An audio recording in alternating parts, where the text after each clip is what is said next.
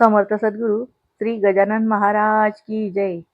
नमस्कार मंडळी, ब्रह्मांड नायक या भक्तिमय चॅनलवर आपल्या सर्वांचे मनापासून स्वागत.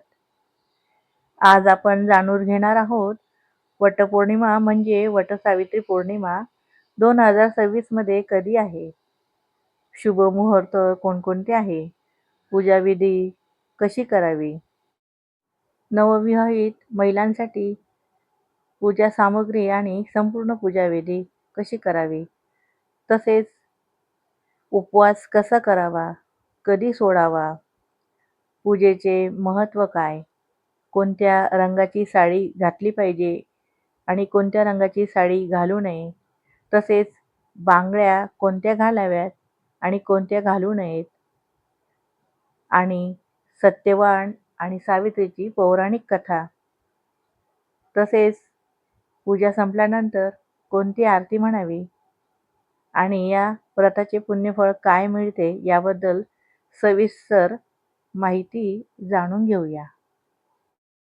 वटपौर्णिमा म्हणजे काय? ज्येष्ठ महिन्यातील पौर्णिमेला वटपौर्णिमा साजरी केली जाते. या दिवशी विवाहित स्त्रिया आपल्या पतीच्या दीर्घायुष्यासाठी, उत्तम आरोग्यासाठी आणि अखंड सौभाग्यासाठी वटवृक्षाची पूजा करतात. या व्रतामागे सावित्री आणि सत्यवान यांची पौराणिक कथा आहे. सावित्रीने आपल्या दृढ निश्चयाने आणि पतिव्रत धर्माच्या सामर्थ्याने यमराजांकडून सत्यवानाचे प्राण परत मिळवले. त्यामुळे हे व्रत अखंड सौभाग्याचे प्रतीक मानले जाते. आता आपण कोणकोणते मुहूर्त आहे त्याबद्दल जाणून घेऊया. वटपौर्णिमेच्या दिवशी पंचांगानुसार अनेक विशिष्ट आणि अत्यंत शुभ मुहूर्त एकत्र येतात. साल 2026 मध्ये वटपौर्णिमा 29 जून 2026 वार सोमवार या दिवशी येत आहे. वटपौर्णिमेच्या दिवशी असणारे विशेष शुभ मुहूर्त. या दिवशी वडाची पूजा करण्यासाठी पंचांगात काही विशेष कालखंड म्हणजे चौघडी आणि मुहूर्त अत्यंत फलदायी मानले गेले आहेत. अमृत मुहूर्त सकाळी 5:26 सुरू होऊन सकाळी 7:11 आहे. हा दिवसाचा सर्वात पहिला आणि अत्यंत शुभ मुहूर्त आहे. नवविवाहित महिलांनी या काळात पूजा केल्यास ते अतिशय उत्तम मानले जाते. शुभ मुहूर्त दुसरे कोणते आहेत? शुभ मुहूर्त सकाळी 8:55 सुरू होऊन 10:40 आहे. जर सकाळी लवकर पूजा करणे शक्य नसेल तर या दुसऱ्या शुभ मुहूर्तात वटवृक्षाची पूजा संपन्न करावी. तिसरा म्हणजे अभिजित मुहूर्त. दुपारी 11:57 सुरू होऊन दुपारी 12:52 आहे. हा संपूर्ण दिवसातील सर्वात शक्तिशाली आणि स्वयंसिद्ध मुहूर्त मानला जातो. या काळात केलेले कोणतेही धार्मिक कार्य कधीही निष्फळ ठरत नाही. तसेच 29 जून 2026 रोजी असणारे दोन मोठे शुभयोग. यंदाच्या वटपौर्णिमेला ज्योतिषशास्त्रानुसार दोन अतिशय दुर्मिळ आणि शुभयोग तयार होत आहेत. ते म्हणजे शुक्ल योग आणि ब्रह्मयोग. शुक्ल योग सकाळपासून ते दुपारी 2:36 आहे. या योगामध्ये केलेल्या पूजेमुळे वैवाहिक जीवनात सुख, शांती आणि समृद्धी वाढते. दुसरा म्हणजे ब्रह्मयोग. दुपारी 2:36 नंतर म्हणजे शुक्ल योग संपल्यानंतर ब्रह्मयोग सुरू होईल. हा योग मंत्रसाधना, दानधर्म आणि आध्यात्मिक कार्यासाठी अत्यंत पवित्र मानला जातो. सर्वात महत्त्वाचे म्हणजे राहू काळ टाळा. वटपौर्णिमेच्या दिवशी सर्व शुभ मुहूर्त असले तरी दिवसातील एक असा काळ असतो ज्यामध्ये पूजा करणे वर्ज्य मानले जाते. राहू काळाची वेळ आहे 29 जून 2026 रोजी सकाळी 7:12 सुरू होऊन ते सकाळी 8:24 आहे. या काळात राहू काळ असेल. या 1 तास 12 मिनिटांच्या काळामध्ये वडाची पूजा करू नये किंवा सुती धागा गुंडाळू नये. हा काळ सोडून इतर शुभ मुहूर्तांवरच पूजा करावी. आता आपण नवविवाहित महिलांसाठी लागणारे पूजा साहित्य म्हणजे लग्नानंतरच्या पहिल्या वटपौर्णिमेला सुवासिनी महिलांसाठी विशेष महत्त्व असते. पूजेला जाण्यापूर्वी ताटात काय काय घ्यावे? नवीन हिरवी किंवा लाल साडी, हळद-कुंकू, सिंदूर, काजळ, मेहंदी आणि नवीन बांगड्या. पूजेचे साहित्य कोणकोणते? वडाला गुंडाळण्यासाठी पांढरा कच्चा सुती दोरा, अक्षता, फुले, चंदनाची उटी, अगरबत्ती, कापूर आणि अत्तर. फळे कोणकोणती घ्यावी? नैवेद्य काय घ्यावा? नैवेद्य आणि फळे काय घ्यावे? गव्हाची किंवा तांदळाची ओटी भरण्यासाठी धान्य, विड्याची पाने, सुपाऱ्या, बदाम, खोबऱ्याची वाटी, तांब्याभर पाणी आणि 5 प्रकारची फळे, त्यात आंबे असणे आवश्यक आहे. आरतीसाठी तेलाचा किंवा तुपाचा दिवा आणि कापूर आरतीसाठी निरांजन असे घ्यावे. पहिल्या वटपौर्णिमेसाठी सोपी पूजाविधी कशी आहे? सकाळी लवकर उठून स्नान करावे. पारंपरिक साडी नेसून सर्व सौभाग्य अलंकार परिधान करावे. घरात देवासमोर दिवा लावून गणपतीची आणि सावित्री सत्यवानाची पूजा करावी. नंतर वडाच्या झाडाच्या बुंध्याला सर्वप्रथम स्वच्छ पाण्याने व दुधाने अभिषेक करावा. झाडाला हळद, कुंकू आणि अक्षता लावाव्या. झाडावर फुले अर्पण करावीत आणि फळांचा नैवेद्य वडाच्या झाडाला दाखवावा. वडाच्या खोडाला सुती धागा गुंडाळत प्रत्येक प्रदक्षिणेच्या वेळी पतीच्या दीर्घायुष्यासाठी प्रार्थना करावी. प्रदक्षिणा पूर्ण झाल्यावर झाडासमोर हात जोडून नमस्कार करावा. तिथेच बसून किंवा उभे राहून वटपौर्णिमेची म्हणजे सत्यवान सावित्रीची कथा वाचावी आणि किंवा ऐकावी. यामुळे व्रताचे फळ पूर्ण मिळते.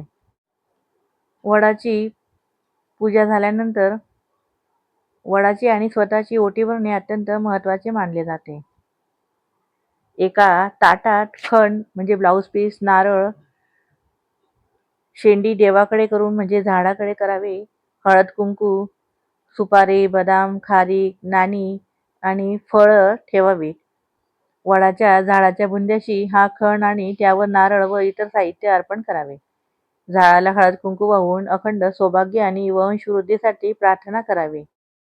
घरातील सुवासिनीने उदाहरणार्थ सासू, जाऊ किंवा ज्येष्ठ महिला असेल किंवा इतर कोणत्याही विवाहित महिलेने नवविवाहित महिलेची ओटी भरावे.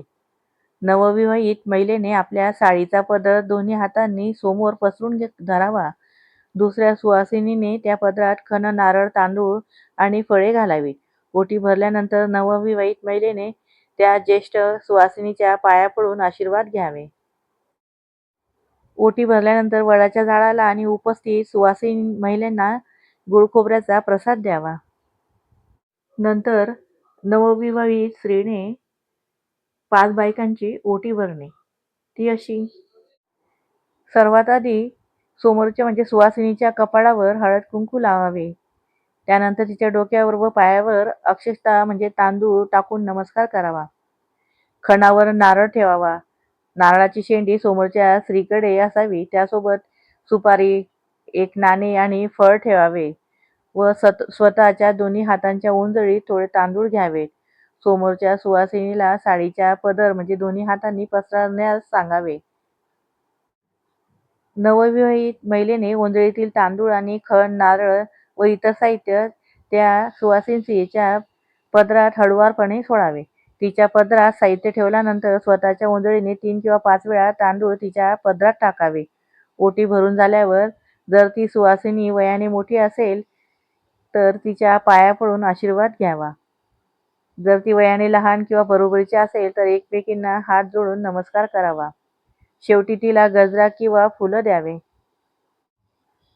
वटसावित्री पौर्णिमेला म्हणजे वटपौर्णिमेला नवविवाहित किंवा इतर सुवासिनी महिलांनी कोणत्या रंगाच्या साड्या नेसाव्या आणि कोणत्या नेसू नये याबद्दल आपण थोडं जाणून घेऊया. वटपौर्णिमेला नेसावयाच्या साड्यांचे रंग आणि त्यांचे महत्त्व. हिंदू धर्मात सणांनुसार विशिष्ट रंगांना शुभ मानले जाते.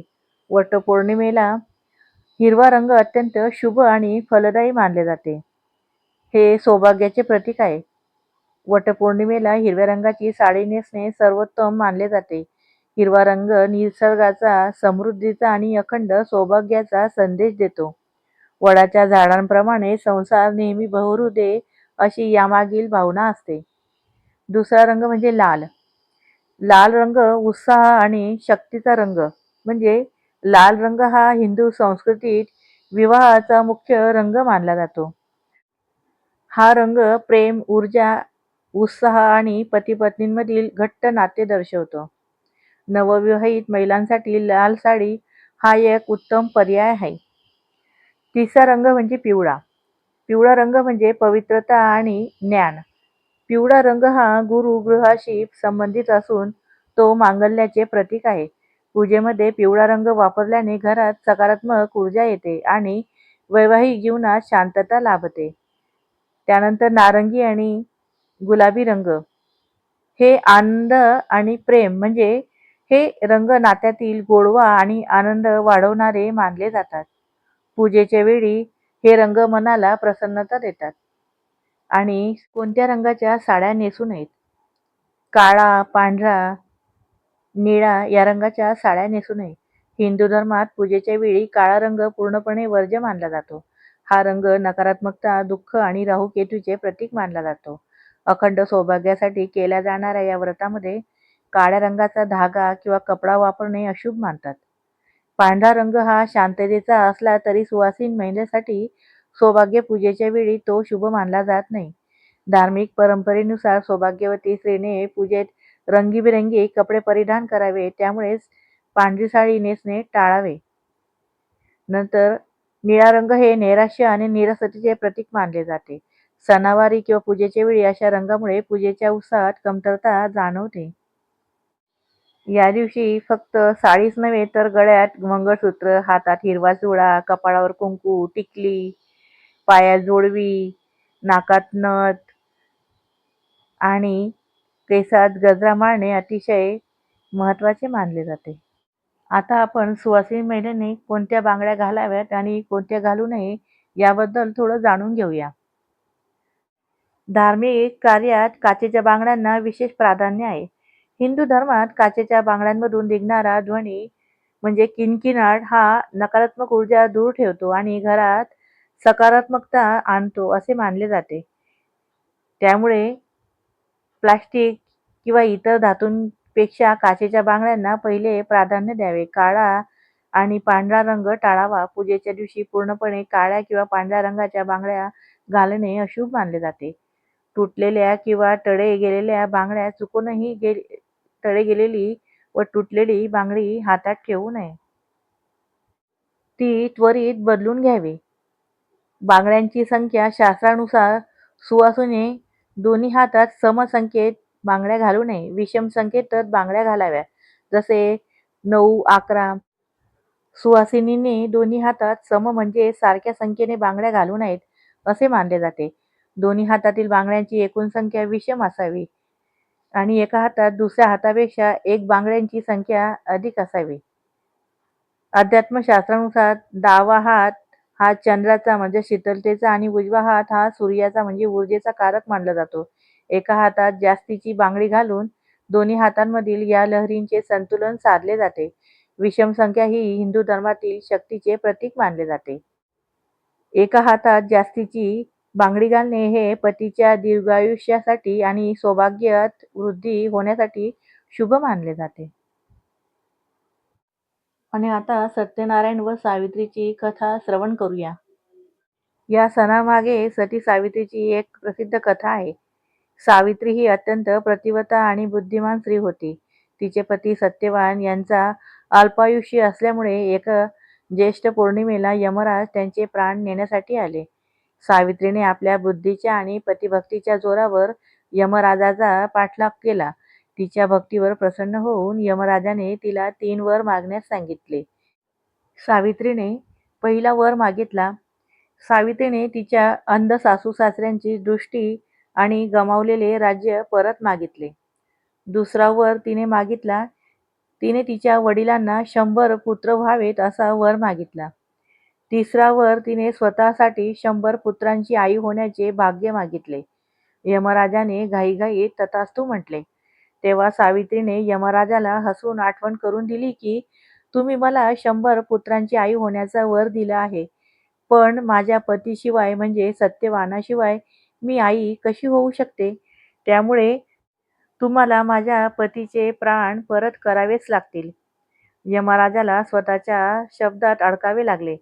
सावित्रीच्या चातुर्यामुळे आणि अढळ पतिभक्तीमुळे यमराजाला सत्यवानाचे प्राण परत करावे लागले. सत्यवान ज्या वडाच्या झाडाखाली जिवंत झाला, तो दिवस ज्येष्ठ पौर्णिमेचा होता. म्हणून सर्व स्त्रिया आपापल्या पतीच्या दीर्घायुष्यासाठी वडाची पूजा करतात. आता आपण वडाच्या झाडाचे धार्मिक आणि वैज्ञानिक महत्त्व जाणून घेऊया. वडाच्या झाडामध्ये ब्रह्म, विष्णू, महेश या तिन्ही देवांचा वास असतो असे मानले जाते. वडाच्या पारंब्या या तिन्ही देवांचे प्रतीक मानल्या जातात.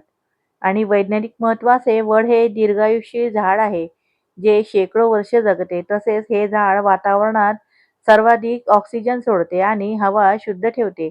अशा झाडाचे पूजन करून निसर्गाप्रती कृतज्ञता व्यक्त केली जाते. जसे वडाचे झाड वर्षानुवर्षे टिकून राहते, तसेच आमचे वैवाहिक जीवनही दीर्घायुष्य आणि समृद्धी राहो, हा या पूजेमागील उद्देश असतो. वटवृक्षाची आरती. सुखकर्ता दुःखहर्ता वटवृक्ष राया, दीनदयाळा पूजितो तुझी पाऊल छाया. सती सावित्रीने जशी कीर्ती वाढविली, तशीच भक्ती आमच्या मनी ठसविली. जय देव जय देव जय वटवृक्ष राया, अखंड सौभाग्य द्यावे वंदितो चरणाया. अश्वस्थ नारायणाचा तुझी रे बंधू, तुझ्याच मुळाशी आहे कृपेचा सिंधू. त्रिगुणात्मक मूर्ती तुझी ब्रह्म विष्णू महेश, निवारीसी सख्या वडा संकटे अशेष. जय देव जय वटवृक्ष राया, अखंड सौभाग्य द्यावे वंदितो चरणाया. सुवासिनी मिळूनी तुझला सूत्राने वेडीती, 7 जन्माच्या गाठी मनोभावे बांधिती. पतीला लाभो आयुष्य आणि उत्तम आरोग्य, तुझ्याच कृपेने येई घरासी सौभाग्य. जय देव जय वटवृक्ष राया, अखंड सौभाग्य द्यावे वंदितो चरणाया. कर्पूर गौर शिवरूप छत्र तुझे मोठे, तुझ्याच आशीर्वादे दुःख होई छोटे. आरती ओवाळून मागतय मी वरदान, अखंड राहो सुखी माझे हे संधान. जय देव जय वटवृक्ष राया, अखंड सौभाग्य द्यावे वंदितो चरणाया. जय देव जय. ही आरती म्हणावी आणि कापूर लावून कापूर आरती घालेल. तुम्ही तुमच्या कौटुंबिक परंपरेनुसार उपवास सोडू शकतात. वटपौर्णिमा हे केवळ एक. आता उपवास कधी व कसा सोडावा याबद्दल थोडं जाणून घेऊया. वटपौर्णिमेचा उपवास हा निर्जला म्हणजे पाण्याशिवाय किंवा फलाहार करून घेतला जातो. बहुतेक महिला दिवसभर उपवास धरतात. संध्याकाळी वटसावित्री माता आणि भगवान विष्णू यांची कृपा सर्वांवर राहो. कृपया वटसावित्री पौर्णिमेची माहिती आवडली असल्यास व्हिडिओला लाईक, शेअर आणि चॅनलला सबस्क्राईब करायला विसरू नका.